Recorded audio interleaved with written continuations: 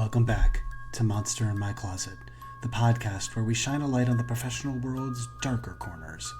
I'm Anil Saxena, joined by my co-host, the founder of Medusas, Morgan Hunter. Each episode, we tackle the fears and faux pas that haunt our work lives, with insights, interviews, and a dash of humor, some stupid analogies, and probably swearing. So if you've ever felt like you're navigating a workplace labyrinth, a never-ending approval process, an evil hall of mirrors, or a constantly ending quarter, you're in the right place. Let's confront those monsters together. Are you ready? Let's begin. Hey everybody, welcome to another episode of Monster in My Closet. So this week, Morgan, are we scared or scary?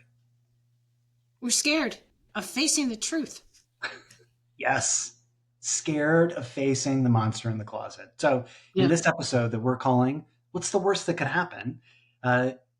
We enter the dark corners of the workplace where unforeseen disasters lurk, discover the psychological torment of unanticipated failures, and learn how envisioning worst-case scenarios can be your armor against existential despair.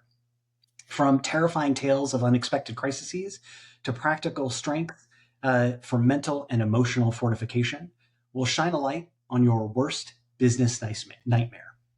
Wow, the words are definitely getting in the way, but hopefully we'll transgress this. It's the monster. It's the monster because I'm scared of it. So here's the three things that we want to talk about. So one is, what's the psychology of worst case scenarios? So how envisioning potential failures can mentally prepare you as a leader or employees. The second is reducing stress through preparation. So having a plan for worst case scenarios reduces anxiety and emotional strain, which is super important in the world we work in now. And the third is building resilience in the workplace. So the role of worst case scenario planning and fostering a resilient organizational culture and methods to effectively explore and prepare for worst case scenarios. So just a note here that this is a pretty expansive topic. And so we're going to try to stay today on the role of the individual, right? In this notion of being resilient and preparing for worst case scenarios and things like that. And we're going to do a future episode about a resilient organization. Now, we're not going to be able to divorce the two because we work in organizations and we are people. So, we're going to bleed a little bit, but we're going to try to stay as close to what you as an individual can do to be more resilient. So just know that that is happening. So Morgan, what's the genesis here behind having this conversation about worst case scenario and what's the worst that can happen? Yeah, so I recently had this weird setback in in my life. I threw a party and nobody came. And not literally, but I did a fundraiser, right? And the fundraiser didn't have the results that I anticipated. And it really set me back, mentally and emotionally. It put me in this really weird spot. And I was like, wow, I didn't see that coming. I didn't anticipate that.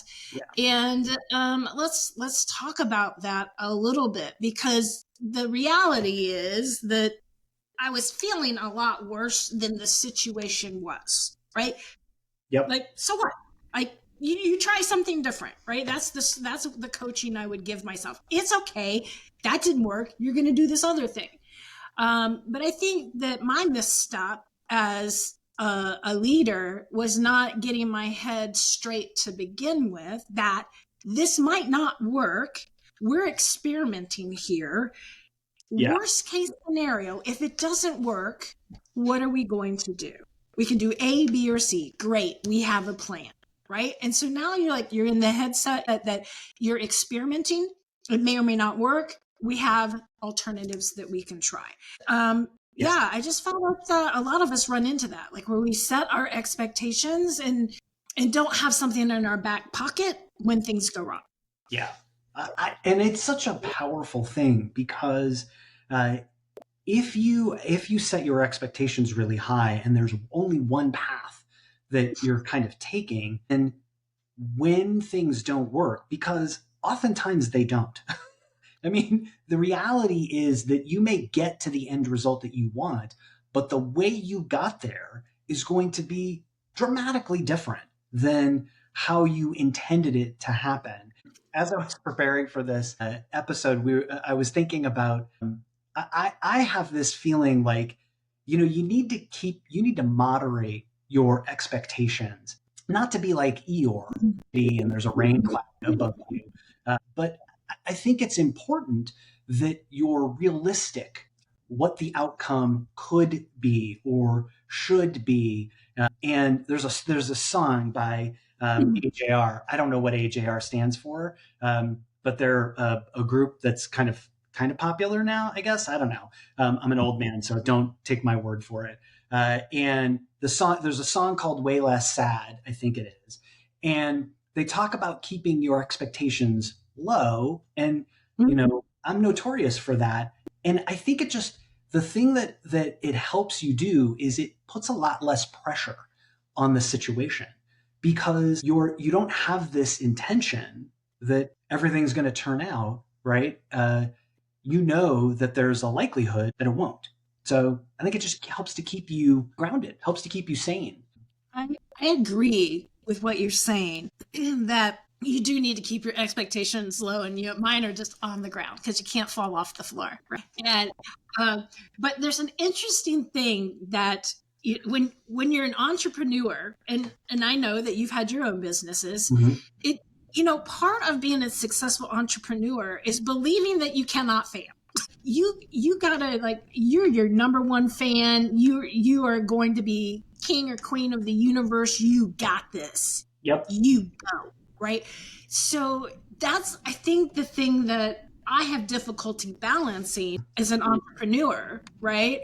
Is that I need to lean into that optimism, because that's what gets me out of bed every day, is the belief that I am going to succeed. But then how do you remind yourself also, without dampening down your optimism that's required, the oxygen, right?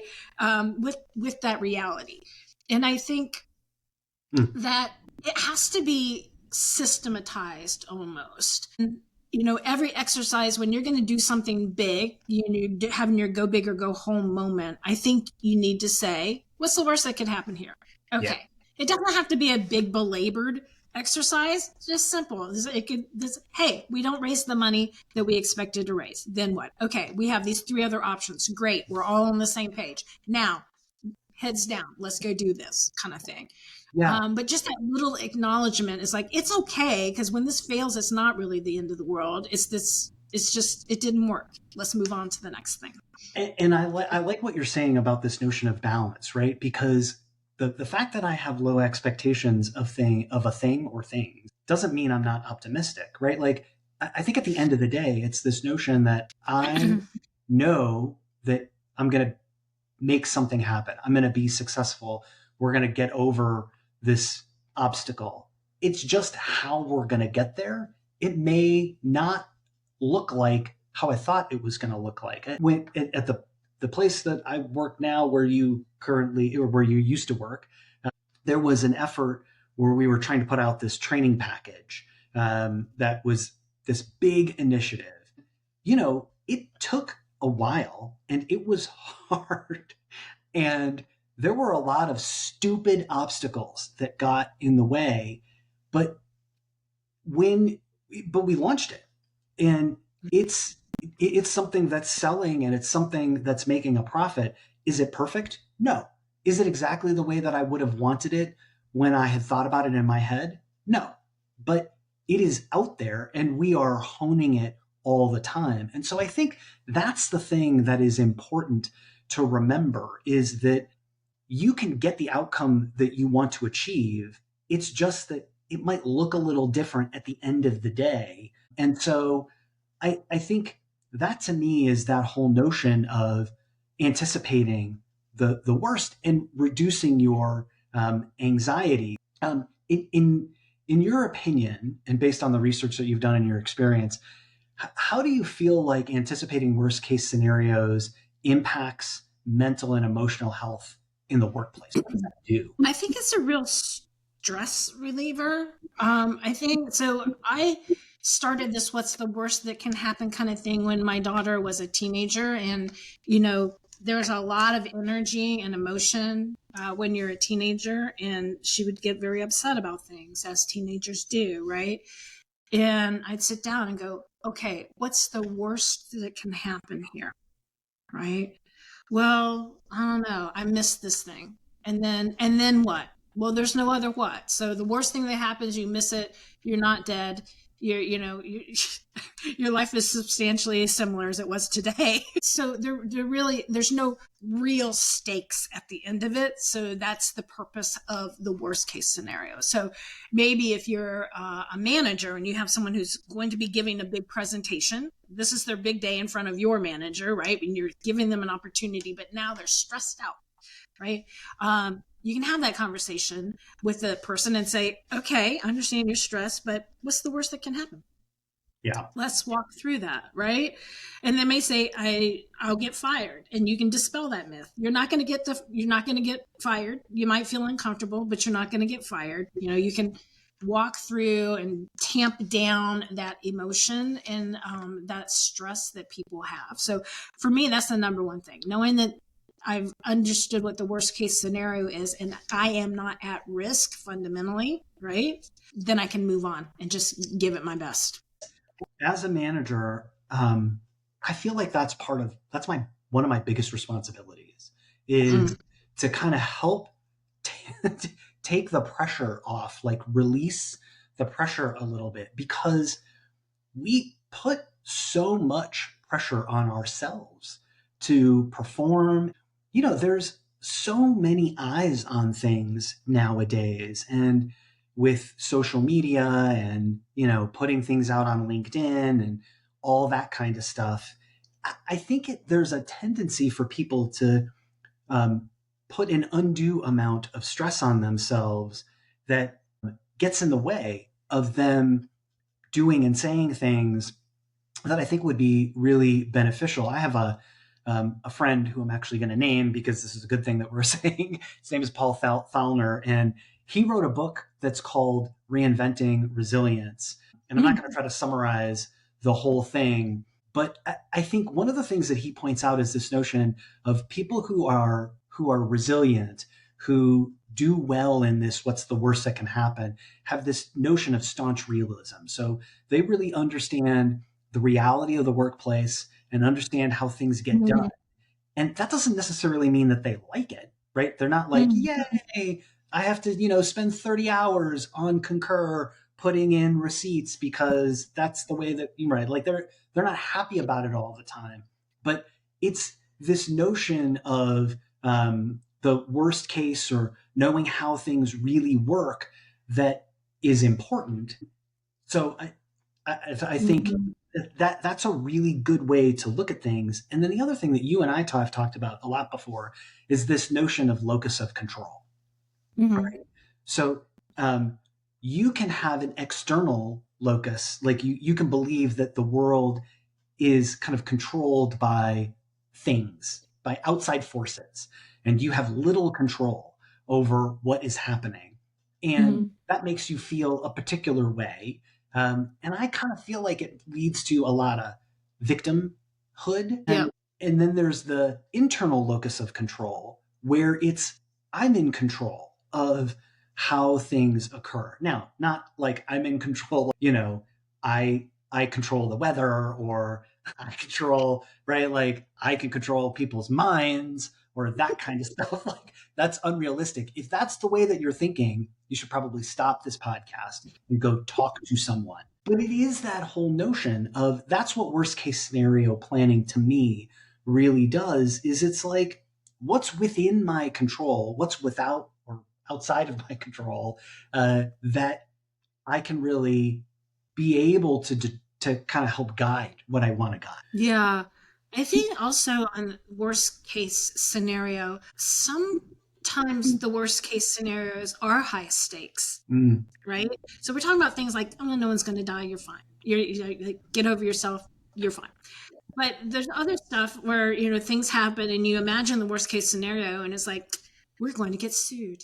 Our stock price is going to drop $300 a share, like things like that. So I think also, as someone who's operating in an organization, if you're having a lot of anxiety because you're imagining a worst case scenario that's pretty scary. I think that's a really good time to speak up and say, I think this could have a potentially bad outcome, and here's how I'm thinking about this.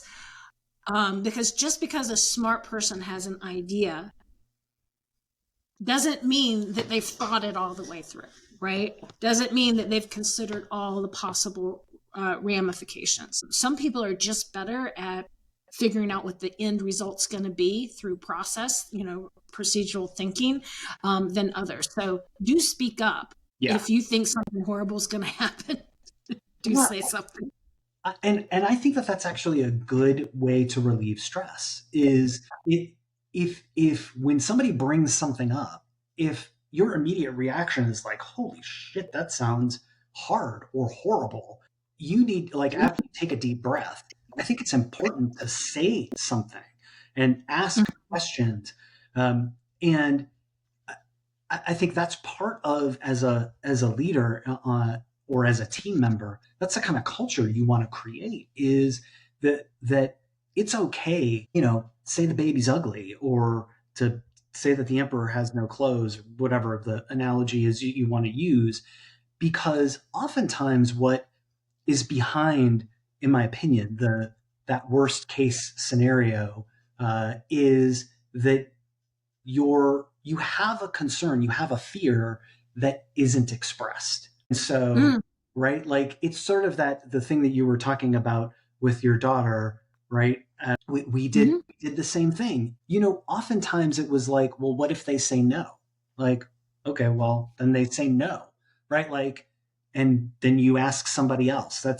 And so I think that that's a little bit of the psychology behind it too. And so, what do you think organizations can do to kind of help people with worst case scenario a little better, a little more? I think that it's important to not have any toxic positivity happening, right? So let's just we're not going to do that, right? I think it's okay to normalize discussions of worst case scenario, because sometimes people think you're just being negative, right? You're just like, all you're thinking about is the horrible things that can happen. That can be true, but it's also okay to just have those conversations. And we've talked about this before, and you can always remember the name of it and I can't, but it's the thinking hats. Is it 6 thinking hats? Yeah, Is it's it? Edward de Bono's thinking. Yeah. Yeah. So it's like, hey, everybody has a role to play in picking an idea apart. And you can do it without a lot of emotional baggage when you do that. But I think you just need to allow for those conversations. All right, what's best case scenario? So we've had an episode on what happens if you're wildly successful, right? And then what's worst case scenario, and what's business as usual, and what does that look like? And have we put all our thinking on the table about where this could go and prepare for it? Make it part of the process. I 100% agree, and I almost wonder too if there's some opportunity to kind of think about, what are the unintended consequences of the action that we're taking, and that's definitely worst case scenario. It's just, it doesn't sound like worst case scenario. It's like, what are we not thinking about? And then a question that I always love, and I did not come up with this question, but I think about it a lot, is what if we do nothing, right? Uh, because I think oftentimes there's this notion that we have to take an action in order to solve a thing or to make something go away. And sometimes we do nothing, right? And it just resolves itself. And that's a really powerful place to come from. Mm-hmm. I have a quick example that I got. I won't go into all the nitty gritty, but I got sued about something, and I hired a lawyer who was a friend and super good guy, really good lawyer, and he was going back and forth with this person, and they'd ask a question, they'd make a query, he'd respond back, and they'd have conference calls and blah, blah, blah. And he came up with this. I'll name check him as John Dalton, super good guy. He says, this is my new tactic. I will do nothing. I will ignore and do nothing. And it stopped, right? It just went away because we took the oxygen out of the room. Yes. So I think to your point, right? Like worst case scenario planning is actually super healthy. And there's a lot of different ways to go about it, right? What happens if we do nothing? What are the unintended consequences? And then I think the other thing that I would add to what you had shared was pre and post mortems. To me, it's like, let's look at what happened previously when we did that and what could happen. Those are just healthy conversations to have as you're kind of thinking about what it is that you want to do. I love the what happens if we do nothing. Because I'm with you. I think a lot of times we're spurred into action what if we do act, right? What do we hope to get out of that? And is it good enough for us to act on it? Like, is the outcome deserve the action that you put into it? And yeah, I love that idea of just, we're not going to react. We're not going to do this thing. And that's a strategy, right? I mean, that's just as solid a strategy as, going into battle or retreating or any of those different things. They're all just a strategy that you can employ. Yeah. Yeah. Love that. Yeah. It's fun. So there's I feel intelligent because I'm going to name a second book, right? So I listen to podcasts because, it's a thing that we do now in 2024. And there's a podcast called Hidden Brain that's kind of all about the social science psychology of being a human being. And I love it. And the Shankar Vedantam had a guest. His name was Letty Klotz. And he wrote this book called Subtract, The Untapped Science of Less. And it kind of encapsulated that whole notion of what if we do nothing, right? And this idea of what if we take things away, which I would love for us to do have a conversation about at another time. But in this context, it is that notion of the worst that could happen is that the thing that's happening right now continues to happen, right? Like that's the worst that could happen. Or it could be something else. And so I think it's important for all of us to really consider that we don't have to necessarily take an action in order for something to be resolved. Sometimes it'll just resolve itself. I totally agree. What do we tell people who are themselves personally trying to become more resilient as human beings? Any words of wisdom, Anil? Well, I think that no, because I have no wisdom. I think that's the reality. Like I don't know shit. That's why I read and I listen to other people. I think there's three things that are important that you do. So one is that when somebody tells you something, to take a beat, right? Like people say things and what they're saying isn't necessarily an attack against you or an issue or what. So take a beat when people say things so that your immediate reaction isn't your immediate reaction. I think the second thing that I would do is that consider the unintended consequences of things. I think it's important to really think about if we took this action, what could happen? Some of that could be worst case scenario. Some of that will be wildly successful and we don't have the resources to do that. And then the third thing is the tactic that we just talked about is what if we do nothing, right? Like I love to do, mostly because I'm lazy. I just like, what if I didn't mow the lawn, right? What would happen?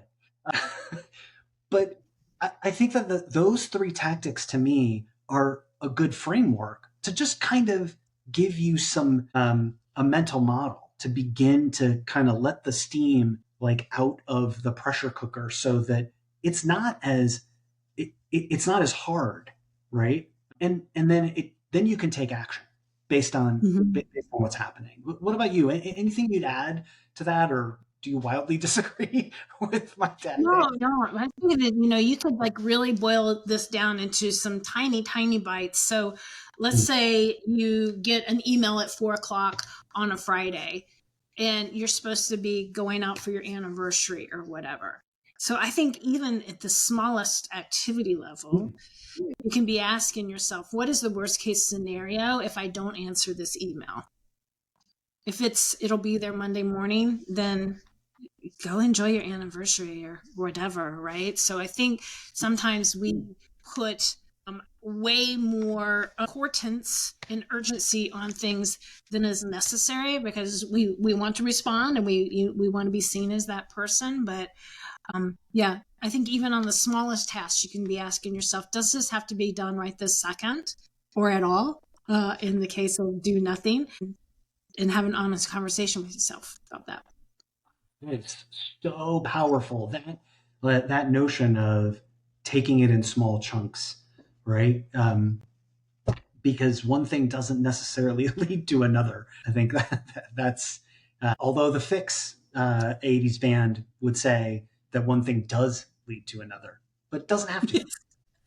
just so you're aware. All right. So sorry, stupid analogy. Careful. So we've talked a lot about a lot today, and you are going to see in our show notes that we are going to have extensive information in there. Morgan has done a ton of research, so take a look at it and examine and look to see what works for you, and know that in the future, in the near future, we're going to talk a little bit about, as an organization, how do you build a more resilient organization? Because there are amazing statistics out there about the impact of having more resiliency. And I think the other thing that's really important to put a finer point on this is, as a society, we are more apt, more prone to depression and anxiety because of the kind of world that we live in. And so it's really important that we get more resilient ourselves personally, and we build more resilient organizations. So, yep. Very cool. And if you want, download the song by The Fix. It's a great song. I have it playing in my head right now. Yeah. All right, everybody. Thank you for listening to another episode of Monster in My Closet, and we'll see you next time. Bye. As we wrap up another episode here at Monster in My Closet, we want to thank you, our fearless listeners, for joining us on this journey of exploring what scares us or when we're scary. Professionally, of course. Together, we've ventured deep into the workplace wilderness armed with humor, insights, and a touch of irreverence, and hopefully learned something together along the way. But our journey doesn't end here. Monster in My Closet is proud to be part of Medusas.org. Medusas is a membership-driven, non-profit organization serving underrepresented groups, minorities, and individuals with disabilities who are doing business in the software-as-a-service space. We're a community created by SaaS professionals, for SaaS professionals, and even the SaaS curious. Visit Medusas.org to discover how you can contribute to a movement that empowers professionals to face their workplace monsters head-on. Don't forget to subscribe, share with your colleagues, and leave us a review. Your feedback helps us shine a light on the monsters lurking in the professional closet, making our community braver, stronger, and a little bit wiser. Until next time, keep challenging the status quo, embrace the journey, and remember, no monster is too big when we face it together. Cheers.